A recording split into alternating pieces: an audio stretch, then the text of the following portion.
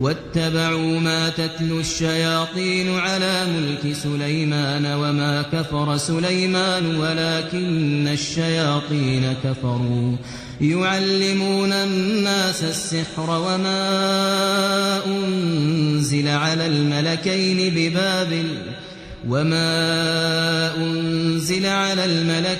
ببابل هاروت وماروت وما يعلمان من أحد حتى يقولا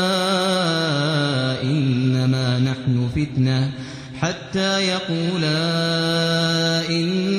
نحن فتنة فلا تكفر فيتعلمون منهما ما يفرقون به بين المرء وزوجه وما هم بضارين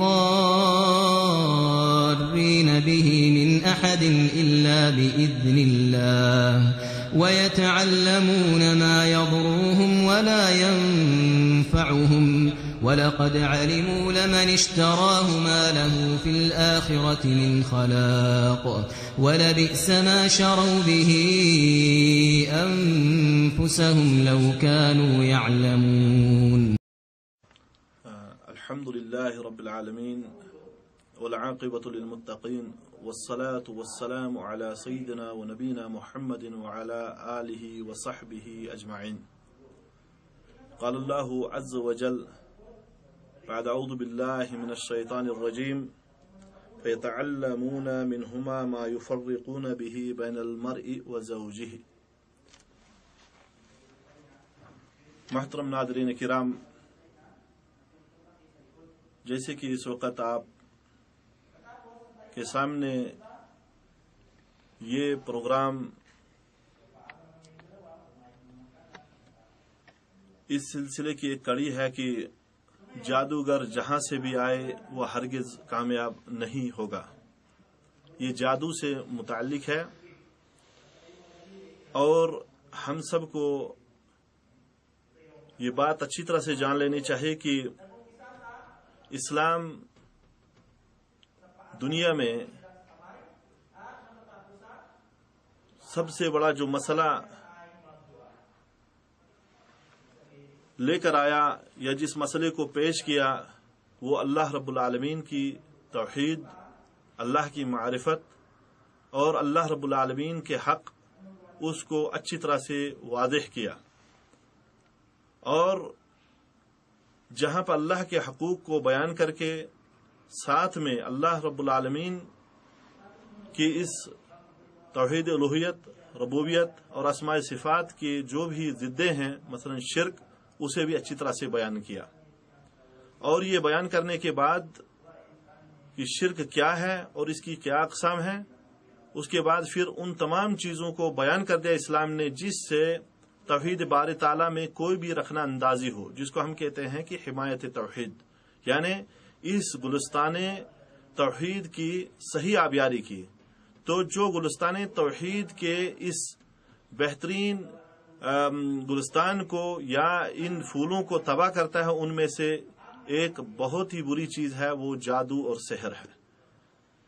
جادو، اس کا ذکر قرآن کریم میں آیا، جیسے کہ شروع میں آپ نے آیت سنی کہ وہ لوگ یہ بات سکھاتے تھے جو میاں اور بیوی کے درمیان میں تفرقہ ڈالا کرتے تھے. اور سورہ البقرہ کی آیت نمبر 102 میں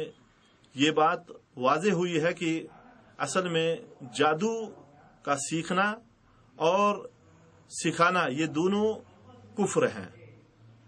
جیسے کہ اللہ رب العالمین کا ارشاد ہے اور اس میں ترجمہ ہے کہ وما کفر سلیمان ولکن الشیاطین کفروا، کہ سلیمان علیہ السلام نے کفر نہیں کیا اور شیاطین نے کفر کیا، کیونکہ وہ لوگوں کو جادو سکھایا کرتے تھے. اور ایسے ہی جادو کا حکم قرآن کی روشنی میں یہ ہے کہ جس کا سیکھنا یا سکھانا یہ دونوں کفر ہے. اور نبی علیہ السلام کی احادیث سے بھی، صحیح احادیث سے ثابت ہے کہ اس کا سیکھنا سکھانا کفر ہے. اور ساتھ میں آپ صلی اللہ علیہ وسلم نے جادوگر کے لیے ایک حد قائم کی کہ اگر جب اس کا پتہ چل جائے تو اسے جو ہے وہ تلوار کی ایک فٹ سے ختم کر دیا جائے۔ یہ اصل میں جادو عربی لغت میں یا عربی میں اسے سحر کہتے ہیں، اور اس کا معنی اور مطلب یہ ہے کہ خفیہ کام جو بہت ہی خاموشی سے جادوگر انجام دیتا ہے، اور شرعی اصطلاح میں کچھ تعویذات، کچھ گنڈے اور کچھ گراہیں لگا کر کے جو اس کے اوپر پھونکا کرتے ہیں، اور پھر جا کر کے ان کے ذریعے کچھ جو ہے پڑھ کر کے آگے جو ہے اس کے ذریعے لوگوں کو گمراہ کرتے ہیں یا انہیں جو ہے نقصان پہنچاتے ہیں، اور اس کا اثر یہ ہوتا ہے کہ انسان کے جسم پر اثر پڑتا ہے، اور میاں اور بیوی کے بیچ میں یہ جو ہے تفرقہ ڈال دیتے ہیں۔ لہذا یہاں پہ جو جادو کا حکم آیا، اسلام نے اسے حرام کرا دیا اور اس کے سیکھنے کا جو ہے حکم کفر دیا۔ اب ساتھ میں ہم بخوبی جان گئے کہ جادو کا سیکھنا یا سکھانا یہ کفر ہے۔ جادو کا سیکھنا اور سکھانے سے انسان ایمان کی اس نعمت سے جو ہے اسے کھو بیٹھتا ہے۔ لہذا اب ہمیں اس وقت جو یہاں پہ خصوصی طور سے ایک خصوصی مشن چلا ہوا ہے کہ جادوگر جہاں سے بھی آئے وہ ہرگز کامیاب نہیں ہوگا، کیونکہ اس کا جادو بھی صرف جو ہے وہ